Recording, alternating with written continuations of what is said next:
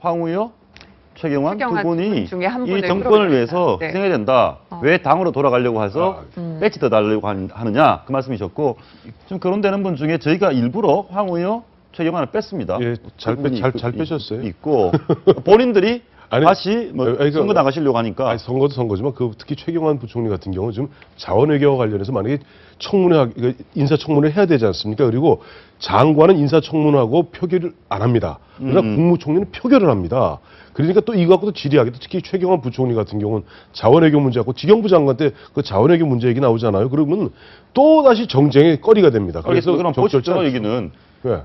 김문수 TK죠. 전 경기지사는 왜 이분이 총리감으로 왜 거론됩니까? 아니 그 강직하고 보면 박근혜 대표 시절인 2004년에 천막당사 시절에 그 당시에 이른바 혁명적으로 개혁 공천했던 분이 바로 김문수 당시 공심위원장입니다. 김무성 대표가 그러니까 김무성이 추천도 했다. 뭐 이런 이야기인데 김문수 지금 전 지사 같은 경우는 본인도 아마 강직한 이미지도 있고 또 청렴한 이미지도 있고 한데 문제는 대구 TK예요. 역대 TK. 대한민국 43대 총리에 이르기까지 대통령과 국무총리가 한 고향이었던 경우는 딱 한 번밖에 없습니다. 언제입니까? 이승만 대통령과 백수진 총리가 황해도 아니 진짜예요. 그 이후에는 최소한 박정희 대통령이 TK이기 때문에 신현악 총리는 그 이후에 최규하 대통령 권한대 때 총리가 되시는 거지 부총리였어요. 단 한 번도 박정희 대통령은 TK를 총리 쓴 적이 없습니다. 알겠습니다. 그 다음 보시죠. 오세훈 전 서울시장도 뭐 나름 이미지도 괜찮은 것 같고 근데 무상급식 때문에 야당이 반발할 수 있다 이런 그렇죠. 얘기가 나오고요. 이한구 의원은 이름이 비슷하죠. 이한구. 예, 이한구 의원은 TK입니다. 예, 대구 그런데 수성에서 이제 3선을 지내고 이제 차기 총선 불출마를 선언했기 때문에 예. 좀 어떤 차기 선거 염두에 두지 않고 기용할 수 있지 않겠느냐 이런 관측이 나오는데요. 황 의원께서 말씀하신 것처럼 또 TK입니다. 지역이 예. 겹치기 때문에 알겠습니다. 그 글쎄요. 김영란 대법관은 시켜줘도 안 할 거다라는 얘기가 대세네요. 본인이 고사하고 있다. 네, 본인이 어떤 정치적인 그런 그 일 맞는 것에 대해서는 예. 굉장히 좀 거부를 많이 하셔서 김영란 전 위원장이 그 수락할지는 미지수고요. 네. 예. 마지막으로 이주영 해양수산부 장관 전 장관은 뭐 이미지도 수염 기르면서 세월호 국면 때 잘 대처를 했고 네. 뭐 친박인데 원내대표 떨어지고 총리 시켜주면 합니까? 근데 아까 우리 신 의원께서 굉장히 중요한 말씀하셨는데 이주영 전 장관이 총리를 하시려면요 저는 할 수도 있다고 보는데 그 대신 불출마 선언을 하셨습니다. 당연하죠. 다음 네. 선거에 그러니까 이게 1월 14일까지 1월 14일 되면은 그다음에 출마하기 위해서 1월 14일이면 임명직을 다 그만둬야 됩니다. 그러면 네. 몇 달 하자고 그러면 총리하고 또 내년에 1월 14일 이후에 또 다시 총리 뽑자고요.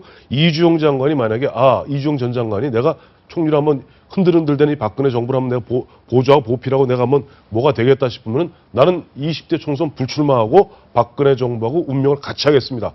라고 이야기하면 이주영 장은 전 그럴 수 있는 분이라고 봐요. 보면은 좀 이분이 좀 감동적인 데가 있더라고요. 지난번에 보니까 그래서 능히 하실 수도 있는 분이다. 근데 다만 이런 얘기는 나와요. 이번에도 원내대표 경선에서 유승민 의원에게 패배를 했기 때문에 또 다시 총리로 발탁하면은 또 친박, 그러니까 이주영 의원을 배려했다. 그럴 이런 수도 또 있겠네요. 논란도 불거질 수 그렇죠. 있기 때문에 그 부분도 좀 감안이 될 것이다. 이런 얘기가 아니 있습니다. 아까 신 의원님이 그 얘기하셨잖아요. 정치가 이렇게 우스갯거리가 돼서 참 이러면 안 된다 얘기를 하셨는데 총리가 이렇게 어려우면 최경환 부총리 체제가 좀 오래 길어질 수도 있겠네요. 길어질 수도 있고요. 지금 다 보니까 다 조금씩 다 하자가 있네요. 또 없어요, 사람이. 그래서 예. 저는 이번 기회에 차라리 보면 야당에서 그렇게 얘기하는 거 있죠. 특히 문재인 대표가 얘기했던 게 뭡니까? 호남 총리 아니에요. 기억나시죠? 지금 현재 이완구 맞죠. 총리, 예, 그래서 충청 총리 왔을 때 뭐라고 그랬어요? 문재인 당시 물론 뭐 내부 경선 때니까 뭐 28 전당대회 앞두고 뭐 그런 분위기긴 했습니다만은 이번에 호남 총리가 돼야지는데 왜 충청 이래갖고 한번 발칵 뒤집어졌잖아요. 그러니까 실적은 문재인 대표의 말씀이 아니더라도 실적 대통령께서 있으면은 호남이 늘 보면 좀 이번에 소외감도 있고 또 이럴 때는 호남 총리 전 뭐 호남 총리를 갖다가 전격적으로 발탁하는 것도 결코 나쁘지 아니 않다. 호남 총리 발탁하면 연합정부 되는 거 아니에요? 연정하는 거 아니에요? 연정? 아니 호남 사람이 그러니까 연정이 되려면은 예를 들어서 박지원 의원 같은 분을 갖다가 발탁하면 그건 연정이 돼요. 그렇죠. 그거는 예전에 보면 노무현 대통령 때도 그렇죠. 대연정하자 그랬어요. 그러니까 김황식 전 총리도 호남 출신 발탁해서 야당 그렇죠. 어떤 청문회 할 때 유리했잖아요. 연정은 아니었거든요. 네. 연정 아니 네. 굳이 연정으로 박근혜 대통령도 임기가요. 박근혜 대통령 재선에 부담이 없습니다. 지지율 신경 쓸 필요 없어요. 재선할 게 아닌데 도전할 게 그렇다면 정말 위에서는 좋다 뭐 옛날 노무현 대통령 말씀하셨던 그런 그때는 대연정 얘기했을 때 기억 안 나시죠? 참 나쁜 대통령 말씀하셨습니다만은 나도 해보니까 이럴 때 이렇게 보면은 특히 국회 선진화법 때문에 제대로 국회도 안 돌아갈 바에는 차라리 대연정식으로 가자. 그럼 저 비서실장 경험도 있고 경륜도 있는 박지원 의원 같은 분 갖다가 저 국무총리로 그냥 대연정으로 가자. 우스운 얘기 같죠? 실제 실현 가능한 얘기입니다. 왜냐 지금 경기도에서 지금 연정하고 있잖아요. 지금 남경필 지사하고 부지사는 지금 새정치민주연합 쪽에서 부지사하고 있어요. 네, 그 결정은 뭐 박근혜 대통령께서 하실 것 같고 마지막으로 그 관련 주제와 관련해서는 하나만 더 짚어보겠습니다. 다음 총리 후보를 누구 세웠습니다. 예를 들어서 지명을 했는데 야당이 또 청문회 하면서 반대를 하고 또 낙마를 시킨다.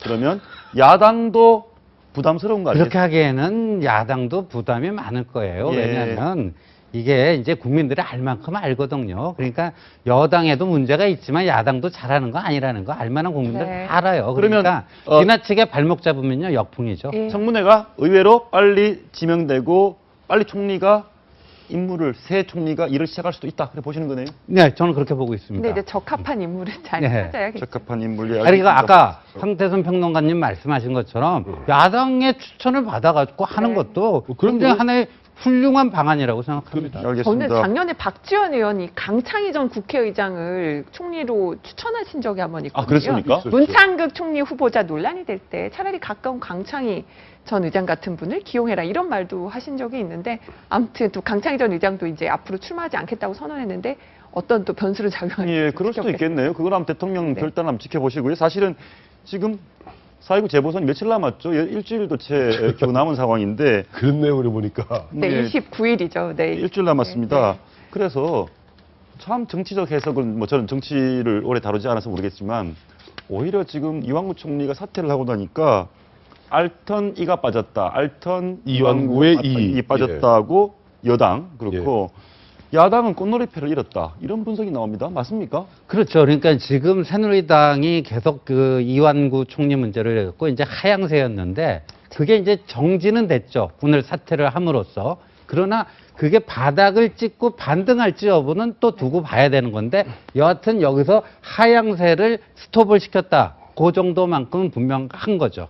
예. 그러면 제가 그거를 질문을 드리겠습니다. 예. 지난 주말에 뭐 세월호 시위하면서 태극기 불태운 사건도 있었고, 예. 그리고 뭐 관악을 해서 그렇죠. 통진당 의원이 전 의원이 이상규 의원이 사퇴를 했습니다. 후보 단위를 하고 있죠. 예. 사실 야권 후보 단위라. 그래서 뭐 일부에서 아주 그 극우 보수 쪽에서는 뭐 종북 연대는 이런 비난까지 나오고 있는 상황이거든요. 그렇죠. 제가 궁금한 게 예.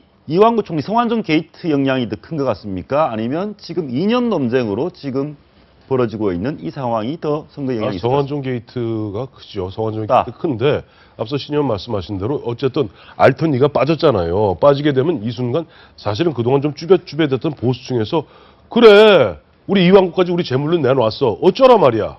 이런 얘기들이 나오기 시작합니다. 그래서 보수가 이번 알턴 일을 뺐기 때문에 보수가 다시 이것을 갖다가 어떻게 보면 하나의 계기로 삼아서 조금 뭐랄까 결집하고 그래서 저는 이번 주말 금요일 날 나오는 한국 갤럽 여론조사 있잖아요. 그거 한번 자세히 지켜보세요. 예, 저희가 얘기를 한번 대통령 지지 약간 오를 겁니다. 얘기를 들어보고 싶은데